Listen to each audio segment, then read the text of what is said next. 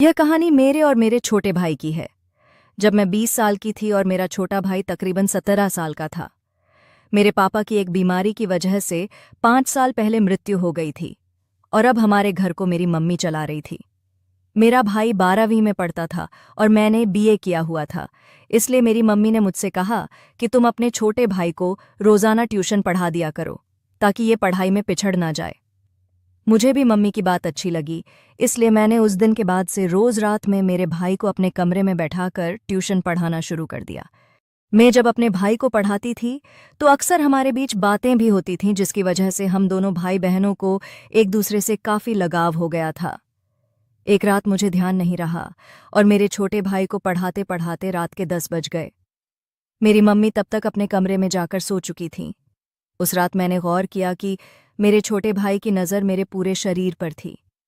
मेरे छोटे भाई की नज़रें देखकर मैं समझ गई थी कि आज मेरे छोटे भाई की नीयत मुझ पर खराब हो चुकी है। अब मैंने सोचा कि जितनी जल्दी हो सके मुझे मेरे छोटे भाई को अपने कमरे में भेज देना चाहिए। फिर मैंने मेरे छोटे भाई को कहा कि भाई, अब आधी पढ़ाई तुम कल कर लेना। अभी रात बहुत हो चुकी है, इसलिए अपने कमरे में जाकर सो जाओ। लेकिन मेरा छोटा भाई कहने लगा कि दीदी, मेरी कल की छुट्टी है, इसलिए आज मैं पूरी रात पढ़ना चाहता हूँ। अब मैं मेरे छोटे भाई को और नहीं पढ़ाना चाहती थी, मगर मैं उसे मना भी नहीं कर सकती थी, क्योंकि अगर मैं उसे मना कर देती तो वो सुबह मेरी मम्मी से शिकायत कर देता। इसलिए मैं मेरे छोटे भाई को फिर से पढ़ाने लगी। लेकिन मेरा छोटा भाई बहाने बहाने से अब मेरे शरीर को इधर उधर टच करने लगा था। मेरा आज तक कोई बॉयफ्रेंड नहीं बना था, इसलिए मुझे ये सब बहुत अजीब सा लग रहा था। लेकिन तभी पता नहीं कैसे अचानक से बाहर कोई जोर की आवाज़ हुई, जिसकी वजह से डरकर मैं मेरे छोटे भाई के गले से लग गई।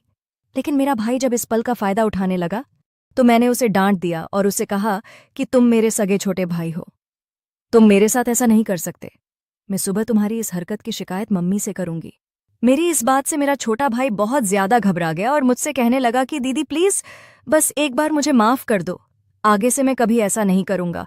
मुझे भी लगा कि बच्चा है, इसलिए नादानी में गलती हो गई। इसलिए मैंने मेरे छोटे भाई को माफ कर दिया और फिर से उसे पढ़ाने लगी। लेकिन थोड़ी देर बाद वो फिर से वही हरकतें करने लगा। लेकिन पता नहीं क्यों इस बार मुझे मेरे छोटे भाई की हरकतें गलत नहीं लग रही थीं और मैं उसे रोक नहीं रही थी, बल्कि इस बार तो मुझे भी वो सब अच्छा लगने लगा था। फिर मैं भी मेरे छोटे भाई का साथ देने लगी, जिसे देखकर मेरा भाई बहुत ज्यादा खुश हो गया। फिर हम लोगों ने हमारे रिश्ते की मर्यादा को लांघ दिया। लेकिन सुबह जब मैं उठी तो मुझे बहुत शर्मिंदगी महसूस हो रही थी, इसलिए मैंने उस दिन के बाद से मेरे भाई को पढ़ाना बंद कर दिया।